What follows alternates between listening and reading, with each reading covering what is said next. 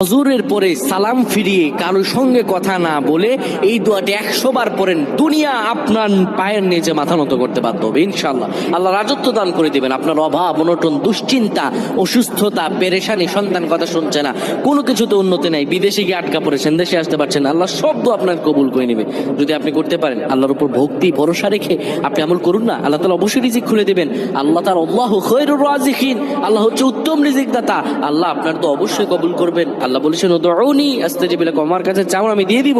এই কথাগুলো তোমরা শেয়ার করে দিবা, ফ্যামিলি সবার কাছে শেয়ার করবা। তুমি আমল না করো সওয়াব পাবা যদি তোমার একটা কথা অন্য কেউ শুনে আমল করে।